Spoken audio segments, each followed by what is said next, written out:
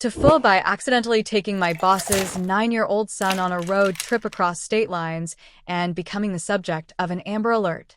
Let me start this off by saying I am not a kidnapper. I have never kidnapped anyone, nor do I have plans to kidnap anyone in the future. But somehow, this past weekend, I managed to be the central figure in a full-blown child abduction manhunt that stretched across 3 states, involved 2 police departments, and nearly cost me my job and sanity. I, 28M, work in IT for a mid-sized company that has this weird mix of corporate structure and startup culture. Casual Fridays, beer in the fridge, and our CEO brings his dog and sometimes his kid to the office. The CEO, Greg, is this chill guy in his 40s who wears hoodies to board meetings and has a Tesla he won't shut up about. So on Friday, I had planned to drive out to see my friend Kyle, who lives in another state about 4 hours away. I told my boss I'd be leaving straight from work to avoid traffic. Greg had brought his 9-year-old son, Max, to the office that day. Max is a smart, talkative kid with way too much energy and a weird obsession with car engines and Skyrim. Around 3:30 p.m., I grabbed my stuff and headed down to the garage to load up my car. Max had followed me because we'd been talking about Teslas earlier and he wanted to see if my boring car had any cool features. I let him sit in the driver's seat while I packed my overnight bag into the trunk. I turned around for maybe 30 seconds to answer a call, and when I looked back, Max was gone. Or so I thought. I figured he got bored and ran back upstairs, so I got in my car and left. Fast forward 3 hours into the drive. I'm cruising down the highway with music blasting, sipping a Red Bull, when I hear a sneeze. A literal sneeze. From inside my back seat. I look in the rearview mirror and nearly swerve into the next lane. Max is in my back seat, wearing his Spider-Man backpack, looking slightly guilty, but also weirdly calm. "Hey," he says casually, "do you have any snacks?" I nearly had a heart attack. I immediately pull over into a gas station and start freaking out. I mean, what the hell do you even do in this situation? I ask him why he's in my car, and he says, and I quote, "I wanted to see what a road trip was like. You said you were going to a different state, and I've never been to one." This kid thought we were going on an adventure. I start frantically calling Greg. No answer. I call again. And again. Nothing. Turns out he had gone into a meeting and left his phone in his office. I even tried calling our office front desk, but it was past 5 and nobody was there. So I'm stuck. I can't leave Max at the gas station, obviously, and he refuses to let me call the police because he doesn't want to get in trouble. At this point, I decide to just turn around and head back. But before I even get on the highway, I stop at a McDonald's to get the kids some food. I figure I've got a long night of awkward explanations ahead of me, and it's better if he's fed and not hangry. That's when I see it. On the TV screen above the counter. Max's school photo. Under the headline, *** Amber Alert. Missing child believed to be abducted from downtown office building ****. I freeze. Max freezes. Everyone in the restaurant is staring at the TV and then slowly turning to look at me, holding the hand of a kid that matches the photo exactly, a kid I clearly am not related to. I do what any reasonable person would do in that moment. I panic. I grab Max, rush out of the McDonald's, and run back to my car. I know how bad that looks. A man fleeing with a child after seeing a missing persons report. But I swear I wasn't thinking rationally. I just wanted to get to a police station and clear this up. Except apparently someone in the McDonald's had already called 911. 2 miles down the road, I'm boxed in by 3 police cars. Flashing lights, sirens, the whole deal. I'm yanked out of the car and handcuffed on the pavement. I'm yelling that it's all a mistake, trying to explain the situation, but it's not until Max starts crying and screaming, "He's my dad's employee. He's not a kidnapper," that they even pause long enough to listen. Meanwhile, Greg has finally gotten out of his meeting, seen the 20 missed calls, the Amber Alert, and is already on his way to the police station after talking to dispatch. It takes 2 hours at the station to sort everything out. Max gives a full statement. Greg shows up, looking like he's aged a decade, and immediately hugs his kid and then glares at me like I'm a war criminal. He was surprisingly cool about it, Once everything calmed down, he admitted it was mostly his fault for not noticing Max was gone for almost an hour and a half. I mean, who loses track of their kid in an office?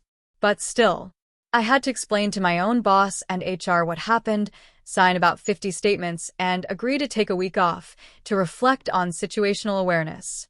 And the kicker? HR made me take a safe conduct around minors workshop. Online. With a quiz. I scored 100%.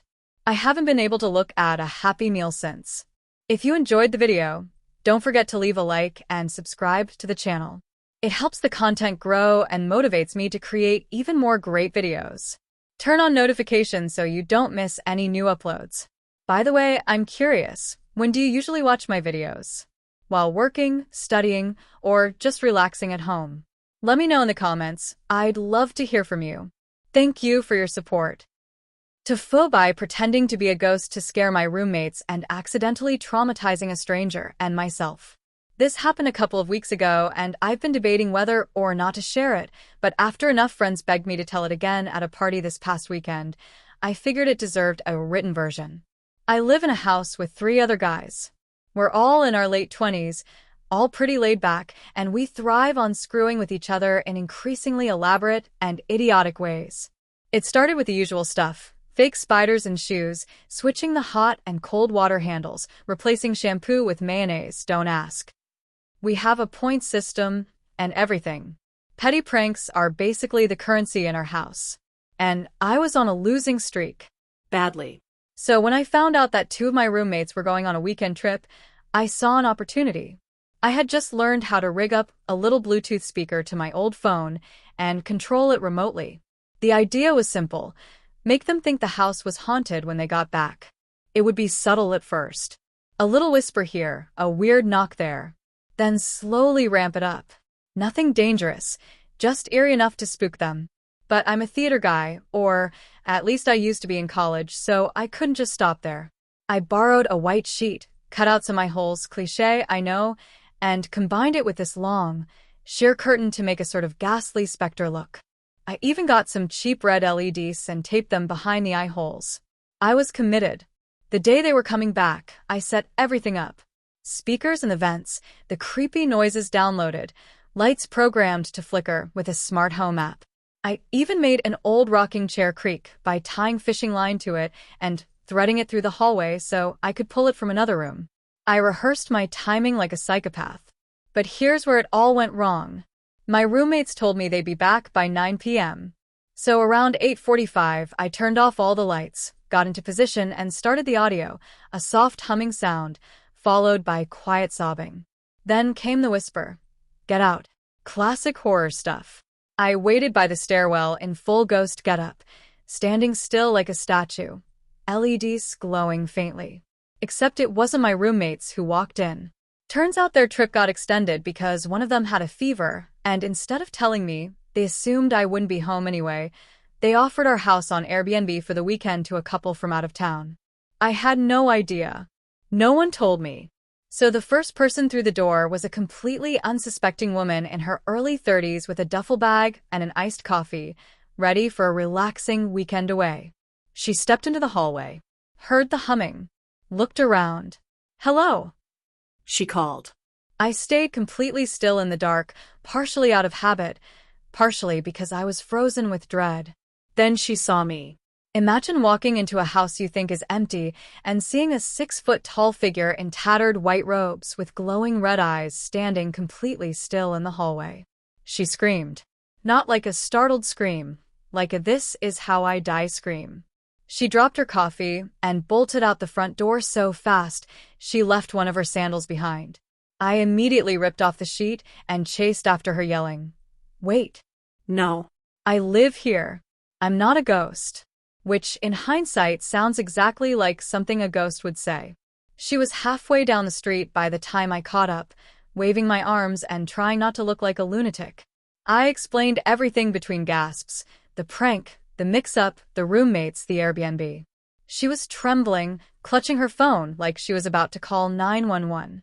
I showed her my ID, the text with my roommates, and eventually convinced her I wasn't a murderous specter or a squatter. We sat on the curb while she caught her breath. I apologized profusely. She eventually laughed a little, but I could tell she was still rattled. When she went back inside, I helped her clean up the spilled coffee and promised to sleep somewhere else for the night. She agreed, probably because she didn't trust that I wouldn't float through the walls at 3 a.m. When I texted my roommates, they thought I was joking.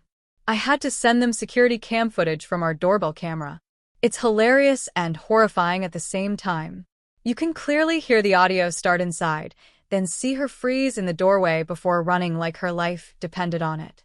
My favorite part is my ghostly figure just barely visible behind the door, like something out of Paranormal Activity. They apologized to her, gave her a full refund and a bottle of wine, and even offered to put her up in a hotel, which she declined, surprisingly. She actually left a decent review, but added, "Maybe warn future guests if you have unconventional roommates." Fair. As for me, I think I've taken a permanent hiatus from the prank wars. I still get crap for it every day. The guys call me Casper and have replaced my contact name with Poltergeist in their phones. And the Bluetooth speaker? Permanently retired. Every time I hear it chirp, I flinch. But I learned a few important lessons. 1. Always check who's coming home. 2. Ghosts are not funny unless everyone is in on the joke. 3. Trauma doesn't earn prank points. Also, my own punishment? I've been sleeping with the hallway light on.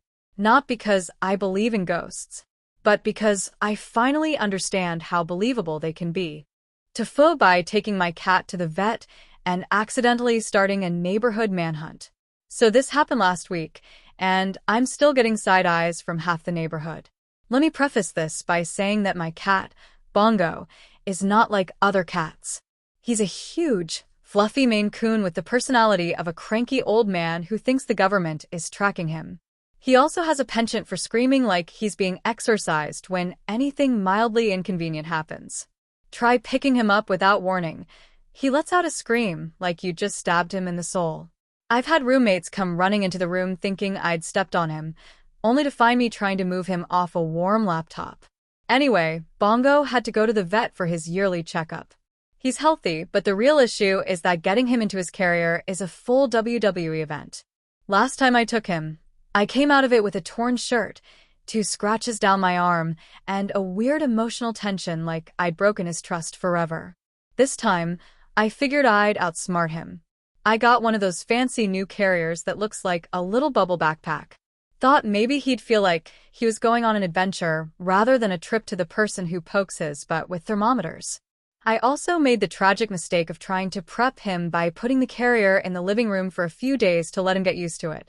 All that accomplished was making him suspicious of it like it was cursed. Vet day rolls around. I try to be casual, pretend like nothing is happening. I grab some treats. He accepts one, sniffs the second, then sees me reach for the carrier. Instant betrayal. He bolts under the couch like a furry torpedo. I have to bribe him out with the forbidden wet food he only gets on holidays. Eventually, I get him in the carrier. He howls like a siren the entire time, but he's in. So I throw on a hoodie, grab the backpack, and start walking to the vet, which is a few blocks away. I don't have a car, and it's a nice day, so I figure a little walk won't hurt. I'm strolling down the sidewalk with this bubble backpack on my chest.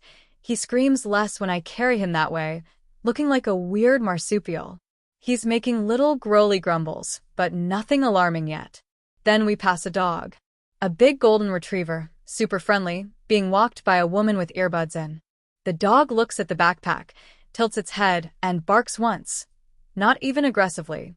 Just a "what's that" kind of bark. That was the final straw for Bongo. He absolutely loses it. He screams. Not a meow. Not a hiss. A full-on, blood-curdling, human child being murdered scream that echoes off the apartment buildings. The dog freaks out, starts barking louder. The woman yells, trips, and drops the leash. Now the retriever is running in circles around me while my cat screams like the world is ending, trying to claw his way out of the backpack like a demon trapped in a priest's suitcase. People come out of their houses. A guy down the block starts running toward us yelling, "Is someone hurt? Is that a baby?" A woman with a stroller stops and stares in horror. I try to wave them off like, no, It's just my cat. But Bongo chooses that moment to let out another scream and starts banging his body against the plastic window like he's being kidnapped. Someone calls the police. I'm not joking. A woman with a cell phone says, "I think someone's got a baby in a backpack. He's hurting it." I can't hear her fully, because now the cat is doing this awful gurgling yowl, and I'm doing the worst possible thing. Yelling, "It's a cat. It's just a cat," while holding a struggling backpack that's bouncing and shaking like a horror movie prop. Within 3 minutes, 2 squad cars roll up. Sirens. Lights. A third one comes from the other end of the block. I'm now surrounded by cops with hands on their belts and half the neighborhood staring at me like I'm the Antichrist. An officer approaches cautiously and says, "Sir, we got a report. Is someone in there?" I turn the backpack toward him. Bongo pauses his banshee act for half a second to glare at the cop through the plastic dome like a furious space traveler.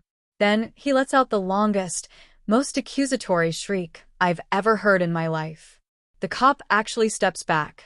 "That's a cat." I nod, completely mortified, and explain that we're on our way to the vet. Another officer peers into the bubble and says, "Man, that cat looks like he's seen some stuff." They eventually let me go after confirming that I did not, in fact, have a tortured baby in my backpack. One of the officers offers to drive me to the vet to avoid further misunderstandings. I accept. Bongo screams the entire ride, and I have to sit there with a cop in the passenger seat side-eyeing me while my cat cusses out humanity in feline. We get to the vet. I check in, drenched in sweat and shame. The receptionist sees the officer and whispers, "Oh my God, what happened?"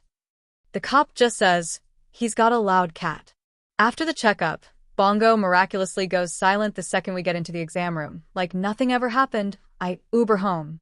No way I'm doing that walk again. Later that evening, a neighbor comes by with a casserole and asks gently, "Is your child okay?" I have to explain all over again. I even show her a video of Bongo yowling that I took during a previous meltdown just to prove this is normal. Now I'm that guy on the block. The cat backpack guy. The possible baby smuggler. The cause of the Tuesday afternoon feline incident, as my landlord has started calling it. Bongo? He's lounging in a sunbeam like a king, completely unbothered. He even slept on my chest that night like a warm, purring guilt trip. I haven't left the house without earbuds since. To fool by letting my boss think I was into some really dark stuff because of a printer jam. So this happened a couple months ago, but I'm only now emotionally prepared to share it. For context, I, 28M, work at a mid-sized tech firm, the kind of place with a laid-back vibe, but still enough formality that you don't want to be the guy people whisper about in the break room. It all started on a rainy Thursday afternoon. I was staying late to finish up a quarterly report. I'd been working on this thing for weeks, compiling analytics, formatting graphs, making it look presentable for the exec team. It was due the next morning, and I just wanted to print it out and go home. Our office printer is one of those oversized behemoths that looks like it was engineered by NASA. It has a touchscreen, internal memory, multiple trays. It even has a stapler. Anyway, I send the document to print, walk over to pick it up, and of course, I see the dreaded blinking red light.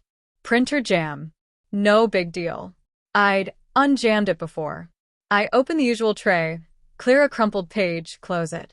Still jammed. I follow the screen prompts. Open back panel B2, check roller feed, whatever. Eventually, I find a page wedged somewhere it really shouldn't be, almost like it teleported into a parallel dimension inside this machine. I have to reach in pretty deep to pull it out. Now here's where it gets disastrous. As I pull the jammed page out, I notice there are a couple other pages with it, ones I didn't print. They must have been stuck in there from a previous job. Curiosity gets the better of me, so I glance at them. Big mistake. The first page is a printout of what looks like a medieval torture rack, with detailed annotations and measurements. The second is even worse. It's an illustration of some kind of human taxidermy display, complete with skinning instructions. I kid you not. The third page is in German and includes a rough sketch of what appears to be a homemade Iron Maiden. The paper is slightly yellowed, like it's been in there for a while. I immediately drop the pages like they're cursed. I look around. Empty office. It's past 8 p.m. I take the pages, fold them in half, and shove them into my laptop bag. Why? I don't know. Panic? Stupidity? Fear of being blamed? All of the above. Here's where things snowball.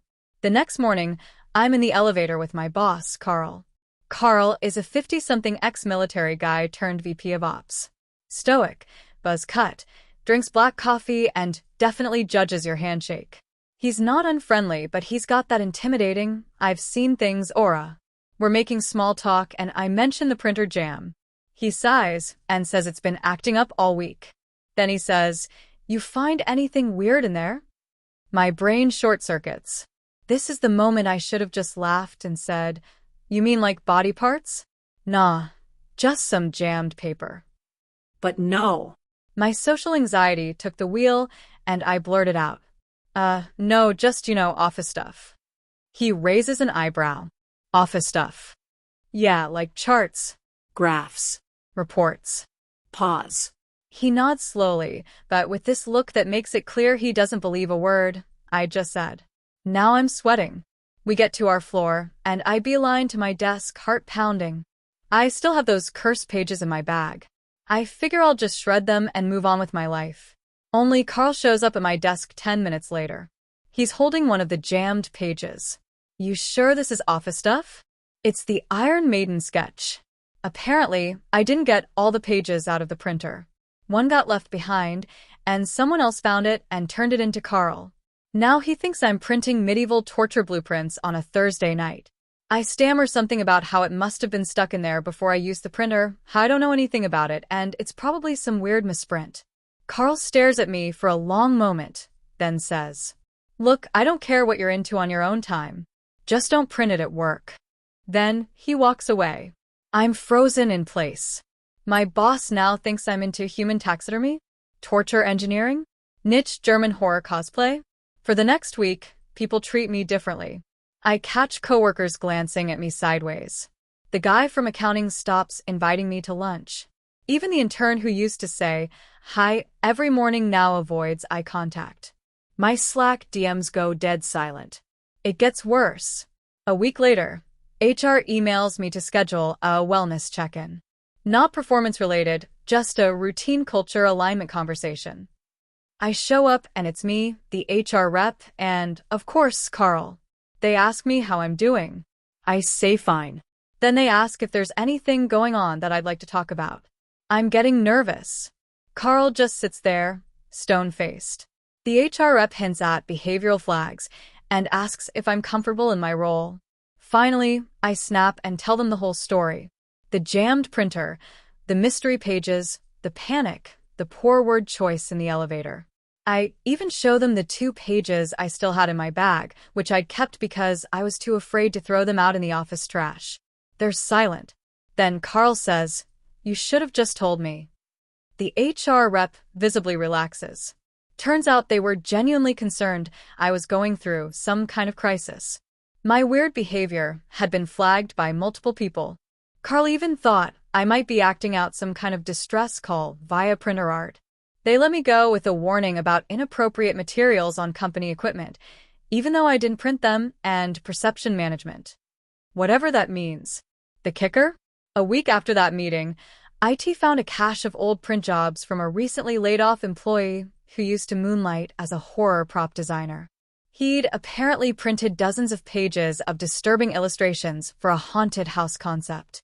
The printer must have glitched and kept some pages stuck in the internal memory or trays. So, in the end, I wasn't a medieval torture enthusiast. Just the unlucky guy who found the leftovers. But the damage was done.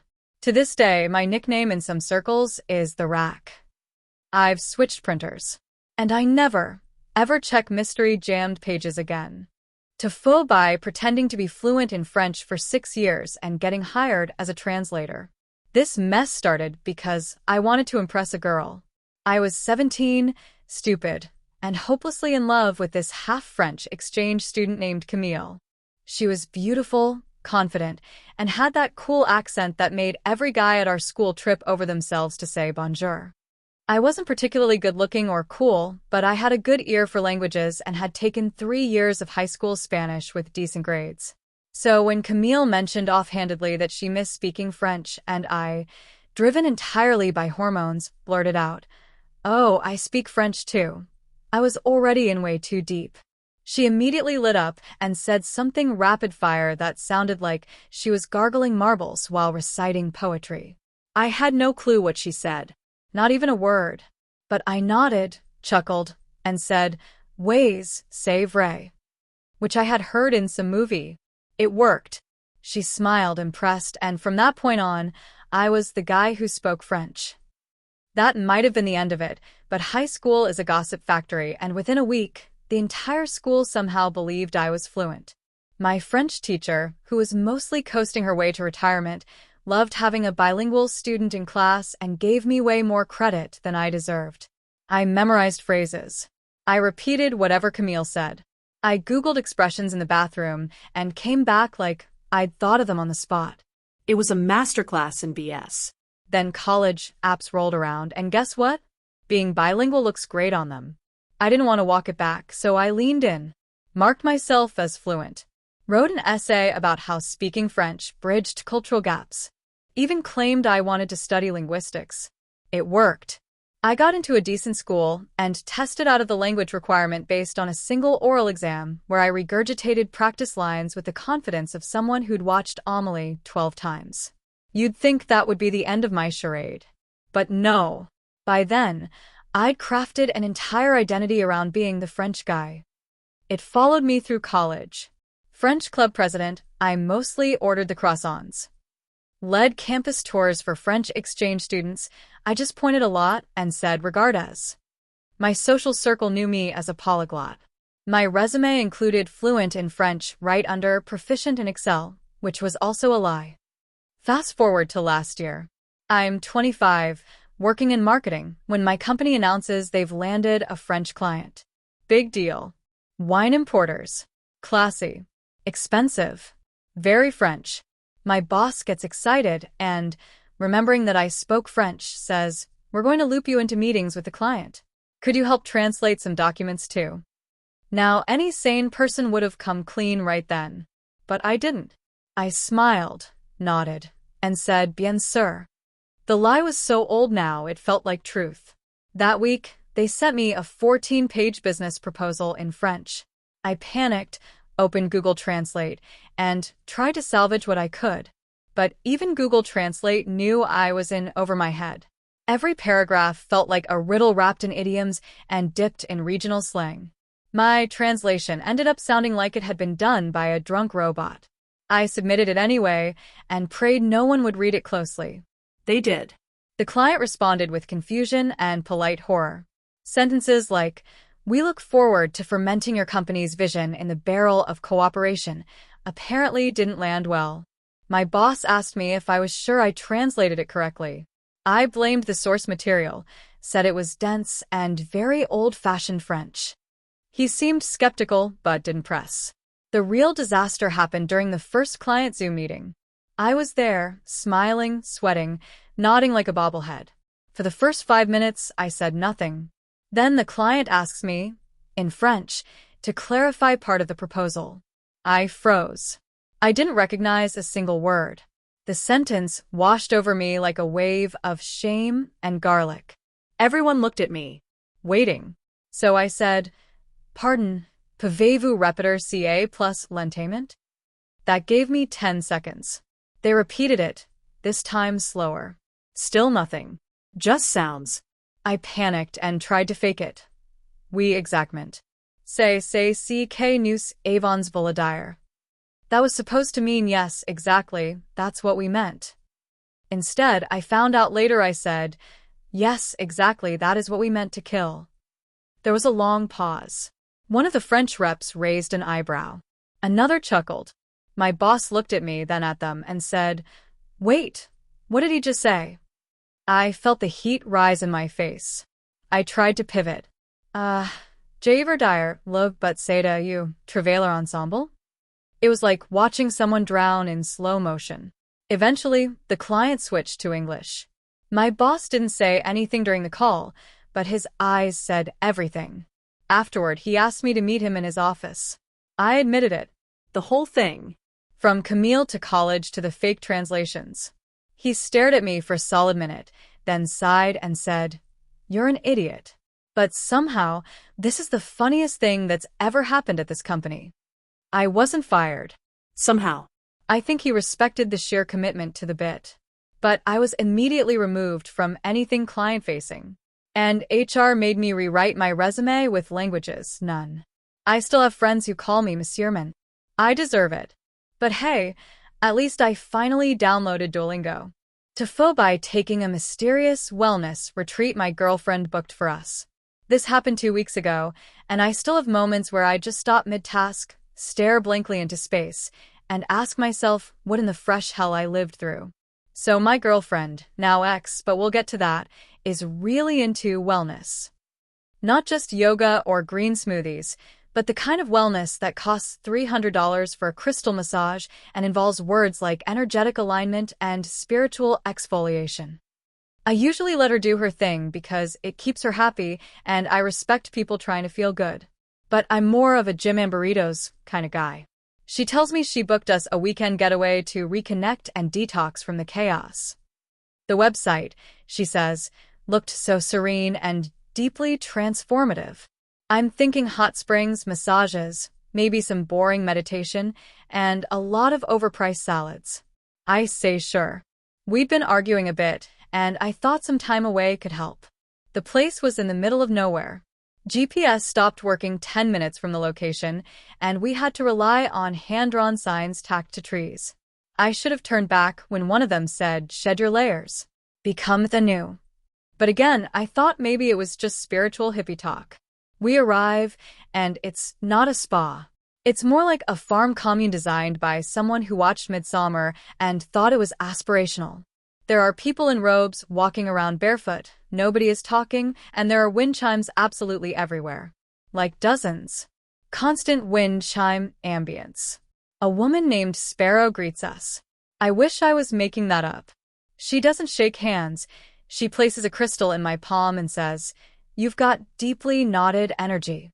I'm about to joke that it might just be gas, but my girlfriend gives me that warning smile, so I shut up. We're assigned a yurt. Inside is a thin mattress, 2 robes, a bowl of rocks for centering, and a surrender journal. No electricity, no phones allowed, and the bathroom is a compost toilet about 50 yards away. Again, I want to leave. Again, I don't. First night, we have communal dinner with the others. All 20 of us sit cross-legged on floor mats in a circle, while someone named Oak sings to a squash before serving it. No, I'm not kidding. The food is raw, vegan, and possibly designed to make you appreciate starvation. My girlfriend is glowing. I'm chewing something that tastes like lemon rind and regret. Then comes the release ritual. Everyone goes into the woods, with lanterns of course, writes something they want to let go of on a leaf, and then screams into the void while tossing the leaf into a pit of sage smoke. It's like Burning Man met a team-building retreat for cult members. I scream, my dignity, and throw the leaf. People clap. That night I try to sleep, but I'm starving, freezing, and my stomach is playing jazz. At 3 a.m. I sneak out to the car for protein bars, only to be caught by someone named Indigo who tells me I'm resisting my transformation. I say I'm just resisting ketosis, and she doesn't laugh. Day 2 is where it all went to hell. We're told to drink something called a soul cleanser. It's a thick green sludge served in tiny wooden cups and smells like kale having an existential crisis. I shoot it like bad tequila. Tastes worse. 10 minutes later I feel wrong. The world slows down. Colors get brighter. I swear I can hear the grass having opinions. Turns out the soul cleanser had ayahuasca in it. No one mentioned that. I've never done anything stronger than weed, so I am not equipped. Cue the worst trip of my life. First, I throw up. Then I start sobbing about how I never told my childhood dog I loved him. I strip naked because the robe is too loud. I lie down in the garden and tell a zucchini it's my spirit animal. Someone drums near my face, and I yell at him that rhythm is a capitalist construct. Then I try to climb a tree, because I think I'm turning into a hawk. I fall. Hard. Right into the compost toilet. I wake up covered in shame, twigs, and what I pray was just mud. My girlfriend is furious. Says I embarrassed her, that I disrespected the sacred medicine. I say maybe she should have told me I was going to involuntarily enter the astral plane. We fight. I call her a cult tourist. She calls me a closed-minded man-child. I limp back to the yurt. My knee is swelling like a balloon. A guy named Root tries to offer me lavender for it. I ask for ice. He says, ice is a metaphor. I say, so is your face, and leave. I sleep in the car that night. Next morning, I'm done. I tell her I'm leaving. She stays. Says she needs to finish unbinding her emotional cycles. I drive 2 hours to the nearest gas station, use their filthy bathroom like it's the Ritz-Carlton, and eat 3 bags of chips while staring into space. We broke up via text 3 days later. She said I mocked her journey. I said she fed me psychedelic kale, without warning. Agree to disagree.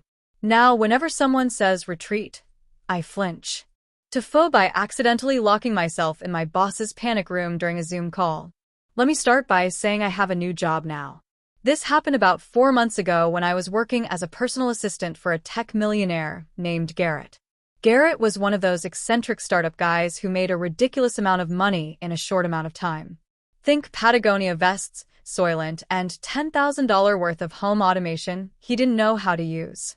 He was paranoid, though. Like bunker and panic room paranoid. One of the perks/downsides of my job was that I worked in his actual house, which doubled as his home office compound. He had this insane smart house system where everything was connected: lights, coffee machine, blinds, security, even the damn fridge. Every door had some kind of biometric scanner or facial recognition thing. Half the time it didn't work, and I'd end up locked outside holding for lattes and my dignity. Anyway, one day Garrett had an important Zoom call with some investors in Singapore. He was out running some emergency errand, likely just buying another standing desk, and left me with one task: make sure the Zoom call starts smoothly. Simple enough. So, I set up the call on his laptop in his office. The man was paranoid about someone snooping on his calls, so he had this whole setup in what he called the secure zone of the house. This included a steel-reinforced panic room behind a bookshelf that opens with a fingerprint scanner and a voice prompt. Now, I knew about the panic room. He showed it to me once like he was Willy Wonka revealing the chocolate river. Inside, it had a desk, a couch, screens, independent Wi-Fi, its own air system, and a literal week's worth of Soylent. He said it was in case shit went down. Whatever that meant. On this particular day, Garrett asked me to check that the camera angle from inside the panic room looked good before the call. He didn't trust his regular office computer for secure calls anymore. Something about corporate espionage or the NSA. I honestly stopped listening. So I go inside. I give the voice command, "Access granted, Mr. Chen," and walk in. The bookshelf slides shut behind me. That's when I realized the door didn't stay cracked like it usually does. It's sealed completely shut. No big deal, I think. I'll just open it with a fingerprint scanner. Except, the scanner was on the outside. I'm standing in the panic room with the laptop open and a timer counting down to the call. 8 minutes left. I reach for my phone to call Garrett. No signal. Of course. It's a panic room. Wi-Fi still works, though. So I figure, okay, I'll just join the call, tell them he's running late, and then figure it out. I sit down. I join the Zoom. There are 5 very serious-looking men in suits, and 1 woman who seems to be running the show. I smile nervously. "Hi, everyone. Garrett will be with you shortly." They look confused. One of the men says, "And you are?" "I'm his assistant," I say. "I'm just making sure everything is set up." The woman says, "We were under the impression this was a confidential call. Where is Mr. Chen?" I try to maintain eye contact. He's on his way. Right as I say that, I shift in the chair and knock over a bottle of Soylent that was perched precariously on the edge of the desk. It splashes across the keyboard. The screen flickers. Suddenly, The lights in the panic room dim. A robotic voice calmly says, "Emergency lockdown sequence initiated." I panic. I stand up and start yelling at the voice recognition system. "Cancel lockdown. Cancel lockdown." Nothing happens. The Zoom call is still running. The investors are all staring at me. One of them leans forward and asks, "Is this part of a presentation?" I look at the camera, wide-eyed, and say, "No, no, it is not." Then I hear a mechanical whirring sound. The vents close. A metal panel slides over the only tiny window. I can hear the bolts locking. I am officially locked in a steel box with a half-soaked laptop and a group of very confused millionaires watching me from across the world. I try to laugh it off. Well, good news is the Wi-Fi is still great. No one laughs. I try messaging Garrett. No response. Try calling his smart home system. Nothing. It was like being buried alive in a tech bro tomb. At some point, one of the investors actually starts laughing. He says, "This is brilliant. Is this a metaphor for data privacy?" The assistant locked in the vault. I decide to go with it. I start improvising. Exactly. It's a demonstration. Garrett wanted to show how secure our systems are, so secure that even his own assistant gets locked out. Or in.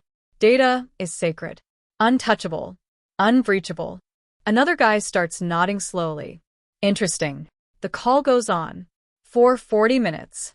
I continue the charade, dropping buzzwords I barely understood. End-to-end encryption, zero-trust architecture, decentralized authentication. I can't believe I'm saying this, but it worked. They seemed impressed. The woman said, "This was definitely unconventional. Tell Miss Sturchin we'll be in touch." As soon as the call ended, I collapsed onto the soylent-stained couch and screamed silently into a very expensive pillow. It took Garrett 3 hours to come back. Apparently, he had driven to a no-tech forest retreat to recharge. He didn't bring his phone. When he finally released me, I stumbled out like a mole person. My first words were, "Your panic room is too good." He laughed. He thought it was hilarious. Turns out, the investors loved the presentation. Garrett got a $2 million investment. He called it the lockdown pitch. I got a $100 gift card to Sweetgreen and a week off. I used it to apply for other jobs. TIFU by pretending to be Australian for 5 years and getting hired at an Aussie-themed restaurant. Back in college, I made the mistake of thinking a fake accent was a fun personality quirk.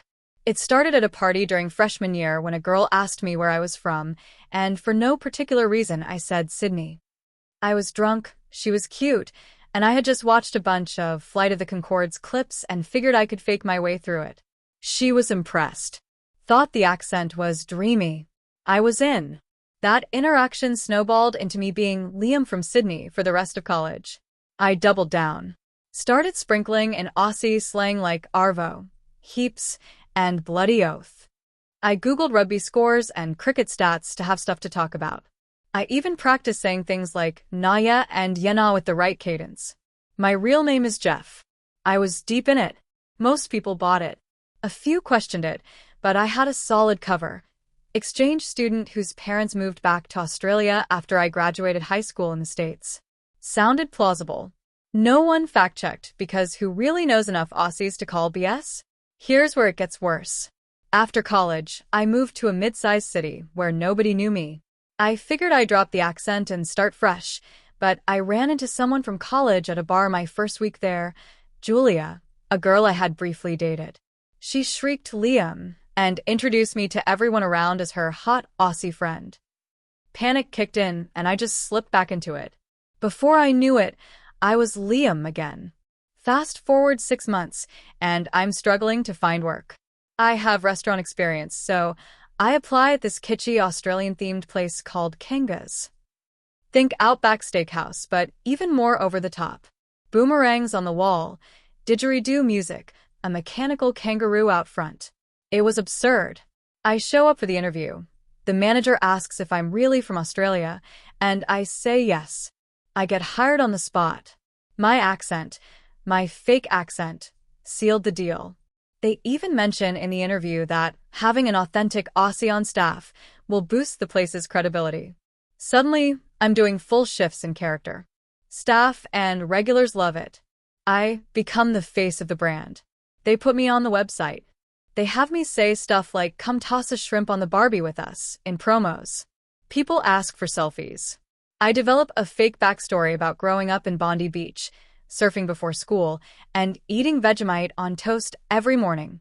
I memorize details about the Sydney Opera House and even pretend to hate Foster's because no real Aussie drinks that piss. I become the Aussie guy in town. This continues for 4 years. I'm working my way up, trainer then assistant manager. My accent is second nature now. I dream in it. And then disaster. Corporate decides to do a big PR campaign. Kangas goes down under or some nonsense. They want to fly me to Australia for content.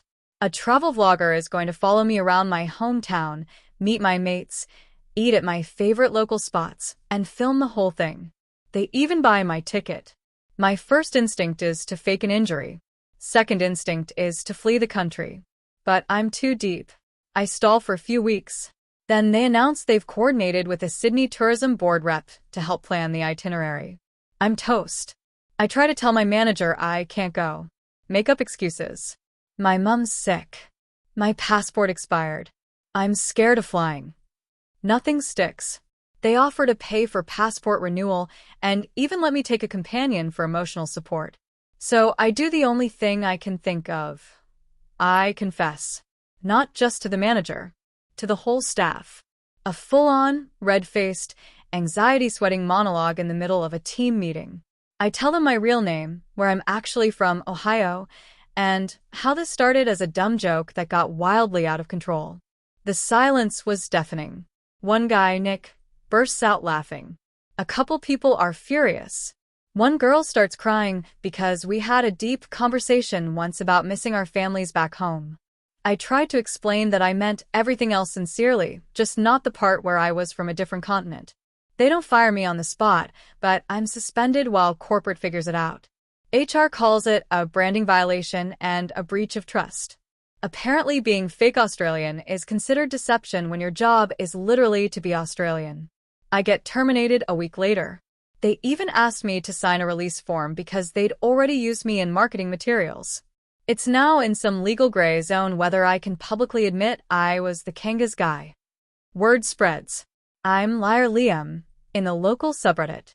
Someone posts a supercut of me saying Aussie phrases in promos with the caption, "Ohio man pretends to be Australian for clout." It goes mildly viral. My dating life? In shambles. One of my exes comments on the video, "I always thought it was weird he didn't like Tim Tams." Another says, explains why he couldn't name a single AFL team. Brutal. So now I'm back to being Jeff. Working remotely. I joined a new gym under my real name. I'm slowly rebuilding. Every now and then, I still slip into the accent by accident. It's muscle memory. My new coworkers think I'm weirdly good at impressions. I just smile and say I watched a lot of Crocodile Dundee as a kid. And yeah, sometimes when I'm alone, I'll whisper G-Day to myself. Not because I missed the lie, but because a small part of me really did become Liam from Sydney. Hey, friends! If you enjoy this content, don't forget to like the video and share your thoughts in the comments. We really want to know what you like and what can be improved. What do you think of the video? Are there any topics you'd like to see in future videos? Your feedback really helps us get better. Thanks for being with us. TIFU by letting my girlfriend meet my family during a power outage. So, this happened about 2 weeks ago, and I still feel like crawling into a hole every time I remember it. I, 27M, have been dating my girlfriend, Emily, 25F, for just under a year. Things have been going great. She's smart, funny, and somehow still finds me attractive even though I once got winded chasing my dog around the kitchen. We decided it was time for her to meet my family. I come from a big, loud, kind of chaotic household, but they're good people. My parents live in this older house a bit out in the countryside, the kind of place with a long gravel driveway, creaky floorboards, and a guest bathroom that makes weird noises when you flush. The plan was simple. We'd go down for the weekend, have dinner, play some games, and let her ease into the madness. Of course, Nothing went according to plan. We get there Friday evening. My mom is instantly in mom mode, offering food, tea, unsolicited life advice. My dad's cracking awkward dad jokes, my younger sister's just popping in for the weekend with her boyfriend of the month, and my older brother shows up with his two hyper kids who immediately treat Emily like a jungle gym. She handles it like a champ. I'm actually thinking, wow, this is going better than expected. Then, around 8 p.m., a freak thunderstorm rolls in. The power goes out. Completely. No lights, no internet, no AC. Just pitch black darkness and the soothing sound of my dad rummaging for candles like we're about to perform a seance. At this point, my parents do what they always do when the power goes out. They make it weirdly festive. My mom starts lighting candles all over the house like we're at a medieval tavern. My dad gets out the old guitar. He only knows 3 songs, none of them good, and someone suggests we all play board games by candlelight. Emily's still smiling, still in charming girlfriend mode. I'm thinking we're killing it. We sit down for a game of Cards Against Humanity. Now, normally this would be fine, hilarious, even, but I forgot that my family plays with zero filter. Like, my dad once played the combo Auschwitz plus children's tears and laughed so hard he wheezed for 5 minutes. Emily, bless her heart, is trying to laugh politely but keeps giving me the "are they serious?" eyes. Then my brother plays my collection of high-tech sex toys and reads it out in his big booming voice. His 6-year-old daughter, not knowing any better, asks what a sex toy is. My mom tries to cover it up by saying it's something adults use when they're lonely, which somehow makes it 10 times worse. Emily is now visibly uncomfortable. My dad is crying with laughter. I'm trying to casually drink my beer and pretend I don't exist. As if things couldn't get more awkward, nature calls. Emily gets up to use the bathroom. Now, this is where I really screwed up. Our house is weird. The main bathroom door has a busted lock. It clicks like it locks, but it doesn't actually do anything. You have to put a laundry basket in front of the door to keep it shut. I forgot to tell her this. I, being a moron, have grown so used to it that I don't even think about it anymore. So Emily goes in, thinking she's locked the door. 10 minutes later, my dad gets up to find more candles and, not realizing anyone's in the bathroom, opens the door. Emily is mid-poop. Not just mid-poop, but like pants around the ankles, phone in hand, deer in headlights situation. My dad stares. She stares. He drops the candle. It goes out. She screams. He yells, "Sorry, sorry, sorry," and stumbles out, nearly tripping over the dog, who starts barking like the world is ending. Emily doesn't come out for another 20 minutes. When she finally does, her face is so red, I'm genuinely concerned she's about to pass out. She sits back down at the table in total silence. My family, being who they are, tries to make light of it. My sister says, "Well, at least now you're really part of the family." My dad apologizes profusely and offers her a cookie. My mom starts telling a story about how she once accidentally walked in on her father-in-law peeing in the garden. Emily laughs politely, then announces she's tired and wants to go to bed. We're supposed to share a room upstairs, but she makes up some excuse about needing alone time to read or journal or just process. I nod, trying to die quietly inside. That night, I sleep on a fold-out couch next to my nephew, who keeps kicking me in the ribs and yelling "banana" in his sleep. The next morning, the power is still out. Emily emerges from the guest room, gives me the tightest lipped smile I've ever seen, and tells me she's going to head back early and needs some space.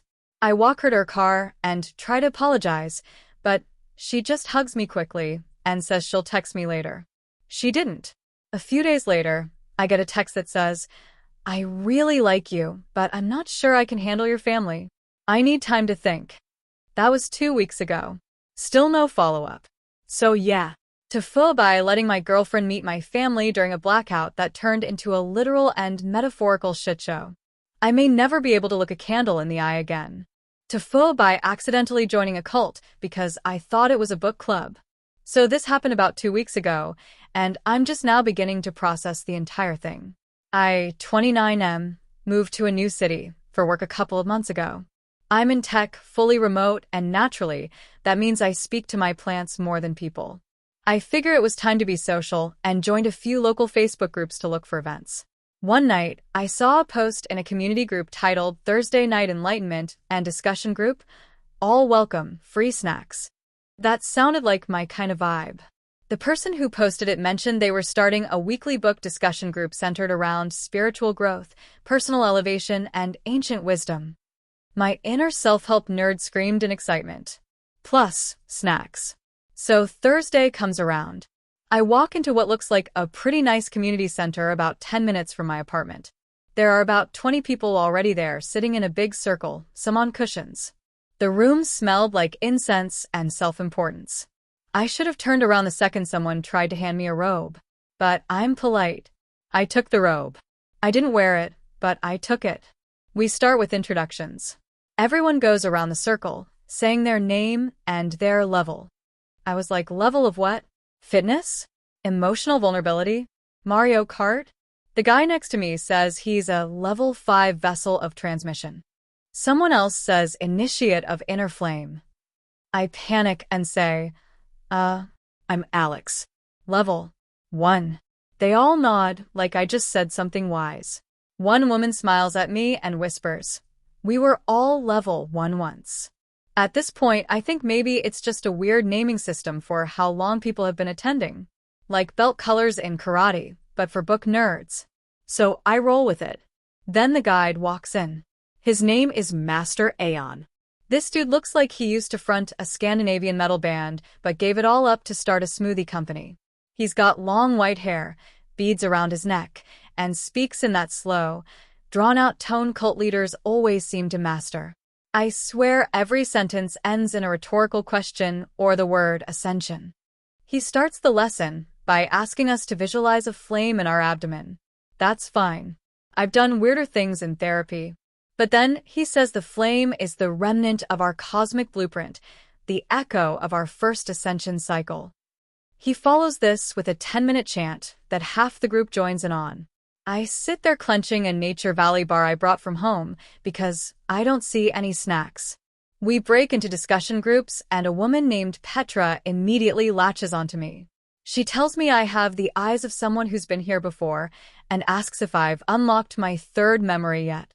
I tell her I forgot where I parked, and she giggles like I made a profound joke. I did not. At this point, I'm trying to figure out how to get out of this without offending anyone because, again, I'm polite.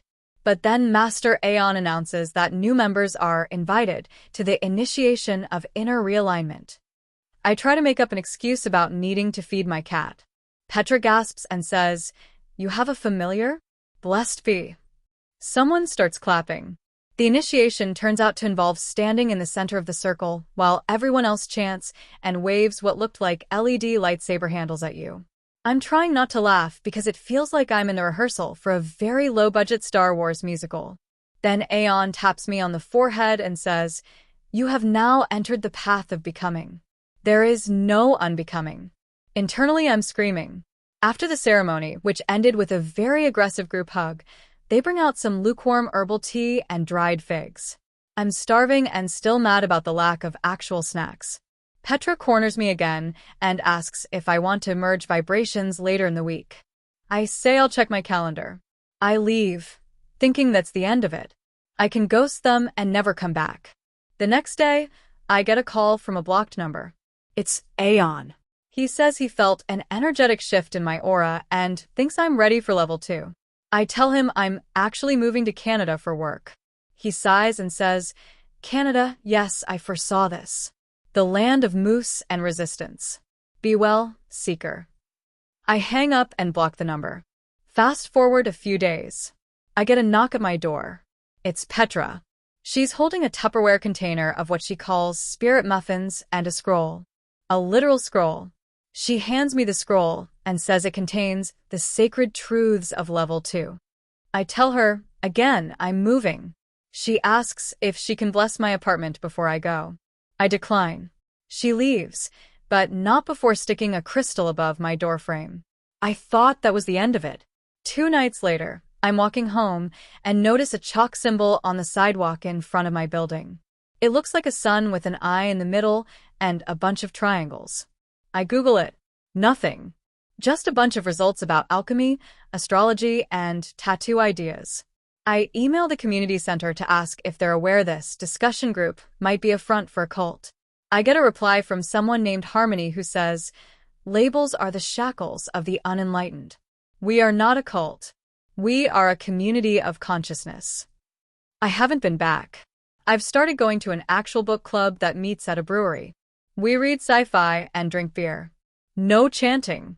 No muffins. No cosmic blueprints. But every now and then, I get a text from an unknown number that just says things like, "The path is circular," or "The flame never forgets." And the crystal is still above my door. I tried to remove it once, and my smoke detector went off out of nowhere. I'm not saying it was connected. I'm just saying it's still there. TIFU by accidentally becoming a drug kingpin in my office. So this happened over the past few weeks and culminated in an HR meeting today where I barely escaped losing my job, dignity, and potentially my freedom. I work at a mid-sized software company. Nothing crazy, just lots of cubicles, coffee, passive-aggressive Slack messages, and free granola bars in the break room. I'm a pretty normal dude. I code, I wear the same rotation of hoodies, and I keep my head down. No one in my office would call me a power player. I'm the kind of guy who people thank when I fix the printer, then immediately forget exists. Anyway, about a month ago, I got this killer cold. Not COVID, just your run-of-the-mill mucus tsunami. I was coughing, sneezing, congested, basically a biohazard. But we had a deadline, so I kept coming in, hopped up on Dayquil, tissues in both pockets like some Victorian ghost, just haunting the hallways. I also have this thing with ginger. Every time I get sick, I drink a homemade ginger tea, like super concentrated. I boil chopped ginger root, honey, lemon, cayenne pepper, and a splash of apple cider vinegar. It's disgusting. Burns your throat. Feels like being punched in the face by a health nut. But it works for me. One day, I brought a mason jar of it to work. It was this cloudy yellow-orange liquid. I left it on my desk and took sips in between meetings. People kept asking what it was. I told them it was my sick potion, which is just dumb office banter for "please leave me alone with my swamp juice." But then people started asking for a taste. Out of curiosity, or maybe pity, I let a couple coworkers try it, and they immediately freaked out. Like, in a good way. One guy said it cleared up his sinuses instantly. Another said it gave her a laser beam of clarity. My boss tried it and literally shouted, "What is this, rocket fuel?" So I told them it was just a homemade brew. Nothing fancy. But they begged me to bring more. I laughed it off. But the next day, I brought in a few extra jars. Just for fun. People left me cash on my desk. Like crumpled bills. One guy Venmo'd me $10 with the caption, "Ginger God." It spiraled quickly. Within a week, I had people from other departments swinging by my cubicle with empty mason jars and hopeful eyes. The break room fridge had a labeled section that just said, "Magic Ginger." People were asking for stronger batches. Someone slipped me a note that just said, "Double the cayenne. I need to feel it this time." I started making huge batches at home. My apartment reeked like a hot yoga studio. I bought a second blender just to keep up with demand. I wasn't charging a lot, $5 a jar, just enough to cover ingredients and make me feel like a Whole Foods overlord. It felt harmless. Then I got a Slack from someone in legal. "Can you hop on a quick call?" My stomach dropped. I get on the video chat, and it's two people from compliance and one from HR. They start by asking if I'm aware of the company's policy on distributing consumables. I said, "You mean like cookies at the holiday party?" They didn't laugh. Apparently, someone had anonymously reported me for operating an unauthorized business on company property and distributing unregulated substances. I tried to explain it was just tea. Homemade tea. No drugs. No alcohol. Nothing illegal. They asked if I had a food handler's license. I laughed because I thought it was a joke. It wasn't. Then they showed me screenshots. People had started calling it G-Juice. There was an internal Slack channel with over 50 members where people were trading reviews and arranging drop-offs. One guy had posted a photo of 3 jars lined up with little post-its that said microdose, focus mode, and full send. I had accidentally built a brand. They asked if I had been profiting. I panicked and said no, even though I had like $300 in my Venmo tagged with emojis of flames, explosions, and dragon faces. They had receipts. Literally. They showed me a spreadsheet someone made tracking potency levels and their productivity after drinking my tea. One column was labeled time to God mode. I was sweating bullets. I offered to stop immediately, to never bring anything to work again, to throw away my ginger, my blender, my dreams. There was a long pause. Then one of the HR reps says, "We're going to let this go. This time. But you need to understand how badly this could have gone. If someone had an allergic reaction, if it interacted with medication." I nodded like a bobblehead. "Also," she added, "we're going to need the recipe. For documentation purposes." I hesitated. Was this a trap? A compliance honeypot? But I gave it to them. Typed it out like a war criminal forced to reveal secrets. Now the entire company knows me as the G-Juice guy. I get side eyes in the elevator. People whisper when I walk by. I'm still here, still employed, but forever changed. I've retired from the beverage game. But every now and then, someone will slide a 5 across my desk and whisper, "You still got the stuff?" I just shake my head and look out the window like a man who flew too close to the sun. TIFU by accidentally joining a cult while trying to impress a girl I met on Bumble.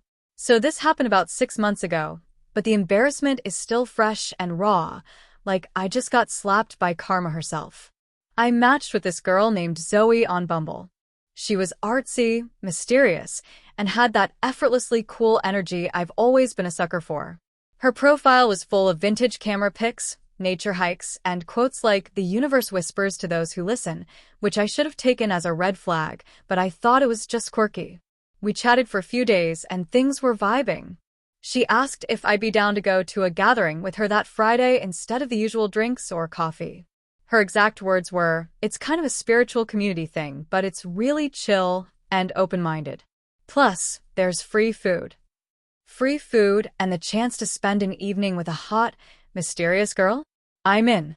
I show up at this large, woodsy house on the edge of town. It looked like a cross between a yoga retreat and the set of Midsummer. Everyone is barefoot and wearing loose, earthy clothing. I'm in jeans and a graphic tee that says "Nacho Average Dude," which felt aggressively off-brand the second I stepped onto the porch. Zoe greets me with a long, two-armed hug and whispers, "You made it," like I just returned from war. She introduces me to people with names like Rain, Solstice, and Echo. I meet a guy named Bear, who tells me he used to be a hedge fund manager, but now communes with the rhythm of the soil. Bear also gives me a glass of what I think is herbal tea. It is not herbal tea. It is something called Elixir of Rebirth, and it tastes like old gym socks soaked in licorice and despair. About 20 minutes in, I realize this is less of a gathering and more of a full-blown spiritual ceremony. Everyone starts humming together in a circle, and someone begins playing a didgeridoo. A woman starts crying. A guy next to me starts laughing maniacally. A child with dreadlocks walks around burning sage in a spiral pattern. I try to lean over to ask Zoe what's happening, but she's got her eyes closed and is swaying like a human metronome. Then the chanting starts. At first, it's all in some language I don't recognize. Then suddenly, it shifts to English and people start chanting, "Release the self. Become the one. The flesh is a vessel." At this point, I'm like, okay, we've officially left the realm of quirky hippie energy and entered low-key eyes wide-shut territory. A man with a long white beard and piercing blue eyes stands up on a platform made of driftwood and yells, "Who among you will be cleansed?" And Zoe, my Bumble date, grabs my hand, raises it, and goes, "He will." Me. He will, as in I will. I didn't even know what I was volunteering for. But now 50 pairs of eyes are locked on me like I just announced I'm donating a kidney. People start clapping softly. Someone begins to play a flute. Zoe pulls me into the center of the circle. Bear hands me a burlap robe and instructs me to shed my worldly garments. I whisper, Do I need to take my pants off? And Bear says, only if you seek true freedom. I very much did not seek true freedom, so I awkwardly put the robe on over my clothes, which got me a few side eyes from the true believers. The cleansing involved being anointed with a paste made of honey, ash, and what I swear was either turmeric or crushed Cheetos. Then I had to stand still while they chanted my soul name, which was apparently Wander Elk. At this point, I'm wondering if this is the cultiest thing I've ever done, or if that time I went to a 3-day Tony Robbins seminar was worse. After the cleansing, everyone danced around me like I was Simba being presented to the animal kingdom.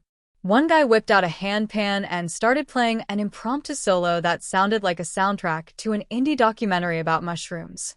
Zoe looked absolutely radiant in the firelight, clapping and beaming like she was so proud of me for becoming one with the dirt or the cosmos or whatever. I'll admit, a tiny, delusional part of me was still like, maybe she's into me now. Maybe this is working. That illusion was shattered when the bearded elder announced that all newly cleansed must spend a night alone in the womb hut to reflect and fast until sunrise. I thought he was kidding. He was not. The womb hut is a small, circular tent made of hides and reeds and filled with various herbs and a suspicious number of dream catches. There is no electricity, no food, and definitely no Wi-Fi.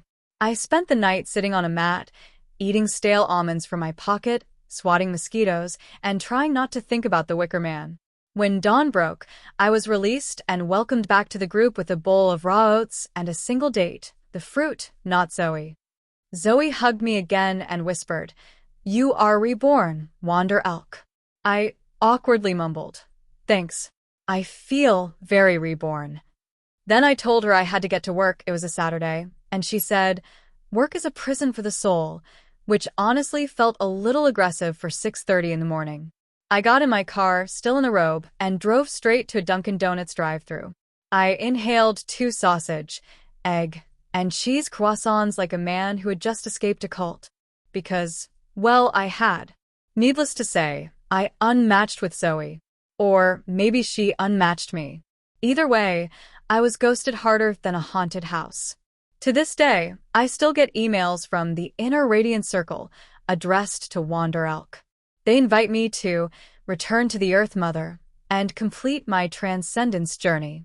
I delete them, but sometimes I wonder what would have happened if I stuck around. Then I remember the womb hut and the Cheeto paste, and I order another sausage croissant. TIFU by crashing a Zoom meeting while extremely high and accidentally confessing to a murder. So this happened about a week ago, and my dignity still hasn't recovered. I, 32M, work from home as a freelance graphic designer. My schedule is flexible, my cat is my coworker, and most days I'm in sweatpants eating cereal at 2 p.m. The dream, right? Except for the fact that I'm a giant idiot. I had wrapped up all my client work by Wednesday, and I decided I deserved a treat. That treat, in my mind, was trying one of the edibles my brother had given me for my birthday. I'd had them for months, never touched them. Figured it was time to vibe. The package said 10 milligrams per gummy. I had no idea what that meant. I'm 6 feet 3 inches and 200 pounds. I assumed I'd need at least 3. Mistake number 1. I took 3 gummies at 1 p.m., sat on my couch, put on Planet Earth, and waited. After an hour, nothing. I got annoyed. I'd been hyped for this chill journey of self-discovery and snacks, but all I felt was slightly sleepy. So, of course, I took another 2. Mistake number 2. At around 3 p.m., it hit me like a semi-truck doing 90. It felt like someone had removed my bones and replaced them with liquid Wi-Fi. My cat looked at me, and I swear I heard her say, "You done messed up, Kyle." I was high in a way that I'm not sure was even legal. The walls were breathing. My hands were conspirators. My Spotify playlist was communicating messages from the astral plane. In the midst of this cosmic exploration, I got a notification. Team Zoom call, starting in 5 minutes. I had completely forgotten that a client, let's call them Beacon Tech, scheduled a check-in call that afternoon. My stoned brain went into panic mode. I considered ghosting them, but that would mean losing a $5,000 contract. So I convinced myself I could fake it. You're fine, I said aloud to a couch cushion. You are sleek, professional, a design ninja. Mistake number 3. I put on a button-up shirt over my pajama pants, splashed water on my face, and joined the Zoom call. There were 6 people on the call: my client manager, 2 devs, a product owner, some marketing guy I'd never met, and the CEO. And me. Absolutely blitzed out of my mind. For the first few minutes, I think I held it together. I nodded a lot, smiled when other people smiled, took a few notes on a napkin. Then someone asked me a direct question. So, Kyle, what are your thoughts on the color direction for the new UI? My brain made a sound like a dial-up modem. I stared at the screen, blinking in slow motion. Then I said, colors are just lies we tell our eyes. Everyone paused. Then someone awkwardly chuckled. I leaned into the camera and whispered, what if blue isn't real? From there, it unraveled fast. I started trying to explain my vision for the UI by sharing my screen and opening a photo of a jellyfish I had saved for reasons unknown even to me. I said it represented user flow. Then I tried to use my cat as a metaphor for brand loyalty. She bit me and ran off screen. I said, she's skeptical of corporate greed. The dev guy muted himself because he was laughing too hard. The CEO looked like she was rethinking her entire life. Then came the real screw-up. Someone asked about back-end integration timelines, and I, thinking I was being funny, said, listen, I once buried a man because he missed a deadline. Like, I actually buried him. In the woods. His name was Greg. Or maybe Todd. Whatever. Point is, I won't be late. Silence. The Zoom call froze. I thought my connection dropped. Turns out, they were just horrified. I laughed. I'm joking. That was a joke. Haha. Murder is a construct. Nobody laughed. One person left the call. The CEO asked, Kyle, are you okay? I panicked. I slammed my laptop shut. I sat on my kitchen floor for 45 minutes eating cereal out of the box and whispering, what have you done, you absolute swamp goblin? I ended up emailing them later that night, pretending that I had a migraine with dissociation symptoms and that I didn't remember the call clearly. I apologized profusely and offered a discount. Miraculously, they didn't fire me, but I'm 90% sure I'm now a cautionary tale in their HR handbook. Also, my brother saw the recording, someone shared on Slack internally, and now refers to me exclusively as the color prophet. Moral of the story: never mix edibles and capitalism. TIFU by throwing a surprise birthday party for my wife that nearly ended our marriage. So this happened about a month ago, and I still get the occasional cold shoulder from her, or the narrowed eyes when someone brings up birthdays. For context, my wife is a pretty low-key person. She doesn't love being the center of attention, doesn't post on social media, and has a general disdain for anything she considers performative. But she's also very polite, so sometimes it's hard to know when she's just tolerating something and when she actually likes it. Anyway, she turned 34 last month, and I thought, you know what? She never does anything for her birthday. I'm going to be the loving husband who makes this one special. I imagined her surrounded by friends and family, laughing, touched by the effort, grateful that someone finally made a fuss for once. I planned everything in secret. Reached out to her friends from college, some coworkers she's mentioned positively. I avoided the ones she had weird vibes with, I think. Even got her older sister to fly in from out of state.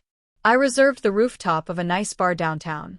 Not a club, mind you, but one of those classy cocktail places with fairy lights and soft music and a nice view. I figured it'd be intimate, not overwhelming. Here's where I started screwing up. The first sign should have been when I mentioned we had dinner reservations for just the 2 of us, and she seemed really excited. Like, giddy. She even said, it's perfect. Just us. I love when we get to do that. My dumbass thought, man, she's gonna be even more surprised when it turns out it's not just us. So the night arrives. She dresses up nice, I dress up nice. I take her to the bar, pretending I just picked it for the dinner spot. We go up to the rooftop and surprise. Everyone shouts. And she freezes. She literally takes a step back. I go in for the cute, aren't you amazed? hug, and she just kind of half laughs and says, "Wow." But her face, it's like I just handed her a live snake. I brushed it off. Maybe she was just overwhelmed. People start coming up to her, hugging her, complimenting her dress, telling her how long it's been. She smiles. She laughs. But every time I look at her, she's scanning the crowd like she's trying to find the exit. Still, I thought maybe she just needed time to warm up. Then the next sign came. Her sister, who I flew out and paid for her Airbnb, comes up and says, "Hey, did you tell her we were coming?" She looked so shocked. I laughed and said, "Of course not. It's a surprise." She looked concerned. She hates surprises. Now I knew this. She's told me that before. But I always interpreted it as I hate when people jump out at me or mess up my schedule. Not, I hate being the focus of a surprise gathering with 30 people I haven't mentally prepared to talk to. Anyway, I try to salvage the night. I toast to her. I say something sweet. She raises her glass, but the smile she gives me doesn't reach her eyes. I think only 2 people noticed, but I noticed. I know that smile. That's her. I hate this, but I don't want to ruin it for anyone's smile. We go through the motions. There's cake. There's drinks. There's a slideshow of photos I had made. Everyone claps. A few people tear up. She excuses herself to the bathroom for 15 minutes. By the time the night ends, I can tell she's drained. She thanks everyone, hugs people goodbye, but she's on autopilot. We get in the car, and she's quiet. I ask if she had fun. She says, "It was a lot." I say, "But good, right?" She doesn't answer. We get home. She goes to the bedroom and closes the door. I sleep on the couch because I'm not sure what I did wrong yet, but I know I did something. The next morning, she sits me down. And man, I've never been emotionally body slammed so hard. She starts by saying she appreciates the effort, that she knows I meant well, that the planning must have taken weeks. Then she breaks. She tells me how stressful it was to be surprised, to suddenly be on for everyone, especially people she hadn't seen in years. How overwhelmed she felt the whole time. How she was worried she'd ruin it if she reacted honestly, so she faked it for 3 hours straight. How what she really wanted was just a quiet dinner with her favorite person. No spectacle. No audience. No force mingling. Just thus. And here's the kicker. She tells me this is the 3rd time I've done something like this. I try to think back and realized, yeah, there were other big gesture moments where she seemed weirdly underwhelmed. An anniversary party I threw where she disappeared halfway through. A Valentine's Day scavenger hunt that she said stressed her out in a fun way, which now I realize meant just stressed her out. She ends by saying, "I love that you care. I love that you want to do things for me. But sometimes, I wish you'd just ask what I want instead of deciding for me." It gutted me. Because she's right. I had this fantasy of being the perfect husband with the surprise event and the emotional payoff, but it wasn't about her. It was about me, and how I wanted to be seen as the guy who did all the right things. We talked for a long time that day. No yelling, no drama. Just quiet, painful honesty. I apologized. She cried. I cried. We hugged. We're okay now, I think, but there's a weight to things that wasn't there before. A sense that I need to unlearn some stuff about what being romantic really means. We're doing dinner for her birthday next year. Just us. I already made the reservation. TIFU by pretending to be a dog psychic to impress a girl and accidentally getting hired by a millionaire. So this happened about 3 months ago, and I'm only just now climbing out of the fallout enough to tell the story. I'm a 26-year-old guy, single, living in a mid-sized city, doing okay, but nothing flashy. I work freelance in graphic design, which means I'm broke 60% of the time and flush the other 40%, depending on client moods and whether Mercury is in retrograde. Anyway, one Saturday afternoon, I was at this dog-friendly coffee shop working on a client's logo and sipping an aggressively mediocre oat milk latte when I noticed her. Red beanie, tattoo sleeve, adorable golden retriever, and the kind of laugh that makes you look up from your screen even if you're 2 seconds from a deadline. Naturally, my dumbass brain went, "Hey, time to impress this human." So I struck up a conversation under the pretense of asking about her dog, whose name was apparently Bodhi. One thing led to another, and we ended up talking about dog behavior. She casually dropped that she was really into holistic pet care and animal communication. Now, I don't know what part of my brain short-circuited in that moment, but I nodded very seriously and said, "Oh, yeah, I've done some work in that field. Actually, I'm kind of a dog psychic." Let me be clear, I am not a dog psychic. I have zero experience with animal behavior beyond having a childhood Labrador who ate socks and once bit a raccoon. But she lit up immediately, totally fascinated. I expected her to laugh it off, but instead she said, "That is so cool. What kind of stuff can you sense?" Panic. But I leaned in, channeling every fake guru and TV medium I've ever seen, and said, "It's more like I pick up emotional impressions. Dogs have this whole silent language, colors, feelings, abstract images. It's less about talking and more about receiving." She was eating it up. Somehow, this spiraled into her inviting me to a small dog energy circle the following weekend. I figured it would be 5 hippie types with poodles and prayer bowls. I figured wrong.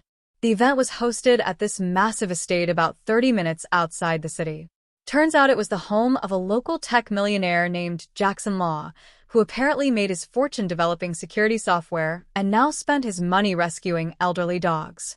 There were at least 30 people there, all dressed like they just stepped out of an REI catalog, and about 25 dogs, most of which looked like they were on the brink of passing into the next dimension. I tried to back out. I really did. I told Red Beanie Girl, whose name is Cora, by the way, that I didn't want to steal the spotlight. She insisted. Then Jackson himself came over and said, "Cora says you're gifted. Would you mind doing a reading with Gumball?" Gumball was a shivering, cross-eyed chihuahua wearing a cashmere sweater and sitting on a literal velvet pillow. I could feel 1,000 eyes on me, expecting magic. So I sat cross-legged in front of this geriatric marshmallow, closed my eyes, and pretended to connect. I whispered, "Gumball is tired, but he's peaceful. He sees a blue light, maybe the ocean. He misses someone named Cheryl. A warm lap. Microwave popcorn." I opened one eye and saw Jackson silently crying. Cora put her hand over her heart. Someone actually whispered he's the real deal. Apparently, Cheryl was Jackson's late wife, and she used to share popcorn with Gumball while watching cooking shows. I was horrified, but also caught in a riptide of my own BS. By the end of the night, I was offered $1,500 to come back for a private session with Jackson's other dogs. I accepted. I don't know why. I think I blacked out. So now I'm panicking, Googling dog behavior cues, reading body language books, watching Cesar Millan clips at 2 a.m. like I'm cramming for a canine final exam. And somehow I pull off the second session. I mutter vague insights, watch their ears and tails for reactions, and say things like, "She's worried you've been emotionally distant lately," while pointing at a Bichon Frise with IBS. It goes on like this for weeks. Word spreads. I do energy readings at garden parties. I interpret dreams for greyhounds. I become known in certain wealthy pet circles as the dog whisperer of Eastwood Hills. Meanwhile, Cora and I are dating, which is great. Except she thinks I can literally speak to dogs. I tried to hint that it was all more intuitive than literal, but she just nodded and said, "Exactly. That's what makes it real." Then came the charity gala. Jackson was hosting this huge fundraiser for his rescue foundation and asked me to perform a live reading on stage, in front of over 200 people, including donors, local press, and one actual dog behaviorist from UCLA. I wanted to die. But I showed up, wearing a linen shirt someone told me looked spiritually neutral, and tried to do my thing with a golden retriever named Mavis. I started out with the usual fluff, something about her feeling torn between 2 energies in the house, one masculine and one more chaotic. She wagged her tail. People gasped. Then the behaviorist stood up and asked, "Can you demonstrate how you discern those impressions, exactly?" I froze. She walked up on stage with a small dog, a Boston Terrier named Kip, and said, "Tell me what Kip is feeling right now." I knelt down, touched Kip's head, and said, "He's hungry." She smiled. He just ate. Okay, then he's anxious? Nope. Kip's been trained to remain neutral in all new environments. The room was silent. So I looked her dead in the eye and said, Kip's hiding his real emotions. He's protecting someone close to him. Someone who doesn't believe in him. And I swear to you, this tiny Boston Terrier let out the most dramatic, heartfelt whimper I've ever heard. It was like he'd been holding that in for years. The audience lost it. Someone yelled, "He's a genius." The behaviorist sat down. After the event, I decided to finally come clean to Cora. I took her to a quiet bar, sat her down, and told her everything. From the oat milk latte moment to the gala of lies. She stared at me for a long time, then said, I knew. You knew? Yeah. You flinched every time someone said chakra. I just liked you. And I thought the whole thing was kind of beautiful. So now we're still dating. I've stepped back from the dog psychic scene, though Jackson still texts me photos of Gumball in little outfits. I told people I'm on sabbatical to recalibrate my frequencies, and no one questioned it. Moral of the story? Don't lie to impress someone. But if you do, make sure there's a small dog nearby to back you up. TIFU by accidentally hosting a secret swingers party and ruining 3 marriages, a neighborhood barbecue, and possibly my HOA reputation forever. It all started because I have this habit of zoning out during HOA meetings. I'm not proud of it, but once Helen from across the street starts talking about mailbox paint colors, my brain goes full autopilot. So when the idea of a neighborhood mixer was being floated and everyone was nodding, I was half listening and half Googling, can squirrels eat almonds? The next thing I know, I'm being volunteered to host it. Fine, I thought. What's a little mixer? I have a decent backyard, a big grill, and a Bluetooth speaker. I threw a few group texts around, sent a Facebook invite to the HOA page, and slapped a cheesy tagline on it. Let's mix it up. Adults only. Bring a drink. Wear what makes you feel free. Yeah, in hindsight, that phrasing, that damn tagline. The day of the party comes. I'm in dad mode, polo shirt tucked in, flipping burgers, playing a Spotify playlist titled, Chill Vibes for Grilling. People start arriving and I'm thinking, nice, everyone's being social, this is working. Some neighbors brought wine. One couple brought a piñata for some reason. Sandra from the cul-de-sac showed up in a red cocktail dress, like she was going clubbing. Honestly, good for her. Then it starts to get weird. Around 7 p.m., the dress code starts slipping. Dave, retired, probably 60, shows up in a mesh tank top and leather sandals. I thought maybe he was just eccentric. Then Melissa from 2 doors down starts asking people what their colors are. I said blue, I guess, and she giggled like I just agreed to something illicit. At this point, I'm still oblivious. I'm too busy playing host to notice the increasing number of people slipping into the house, to use the bathroom and not returning. My friend Rob, not part of the neighborhood, thank God, leans over and whispers, Dude, I think this is a swingers party. I laugh. Then I stop laughing. Because I notice that my guest bathroom has a line. There's giggling. Someone walks out fixing their shirt. Then I look over and see Sandra licking whipped cream off the bald head of a man I thought was a retired dentist. I panic. I grab my phone. Open the Facebook invite to read my own event description. 34 people RSVP'd. The comments are full of wink emojis. Someone said, finally, it's happening. And another just said, pineapples up? Boys, pineapple. I Google, pineapple symbol swinger. Yep. I wanna die. I realize I accidentally coded my party like a bat signal for every secret swinger in a 10-mile radius. Adults only. Feel free. The piñata? Not a piñata. A rope harness thing, apparently. I sprint into the house and find 2 people I've never seen before in my guest room. They wave at me. I scream nope and run out. I start trying to herd people out like cats, yelling, party's over, while a man in a fedora tells me, you're killing the vibe, bro. My neighbor's wife storms out of my laundry room screaming at her husband, who emerges shirtless and holding a bottle of massage oil that I did not provide. They start fighting in my driveway. Someone's dog is loose. The Bluetooth speaker is now playing Marvin Gaye's Let's Get It On, and I don't even remember putting that on the playlist. Cops show up because another neighbor thought someone was being ritually sacrificed. Not far off. They knock. I answer the door, looking like I've seen the ninth circle of hell. One officer walks in, takes one look at the scene, someone tied to a patio chair with scarves, and just says, "Sir, do you live here?" Yes. I do. I hosted a mixer. A what? An HOA mixer. I think there's been a huge miscommunication. Cut to me explaining the entire situation like I'm on trial. Somehow, miraculously, I don't get fined or arrested. But the fallout. Oh man, the fallout. 3 couples in the neighborhood split up in the weeks that followed. Rumors exploded. Someone posted anonymously on Nextdoor about the orgy of Oakwood Court.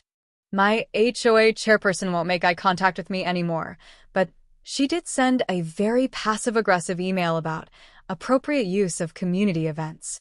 I now live in infamy. People still wave to me, but with knowing smirks. I tried hosting a normal barbecue a month later to rebrand myself, but only 2 people showed up. One of them asked, "Is this just hot dogs this time?" Yes. It was. Just hot dogs. So yeah. I hosted an accidental swingers party. I wish I was making this up. I still find silk scarves in the weirdest corners of my house. And I can never look at pineapples the same way again. Thank you for watching until the end. If you enjoyed this video, don't forget to like and subscribe to the channel so you won't miss new videos. Also, leave a comment. I'd love to hear your thoughts. Your support and engagement mean a lot to me. See you in the next video.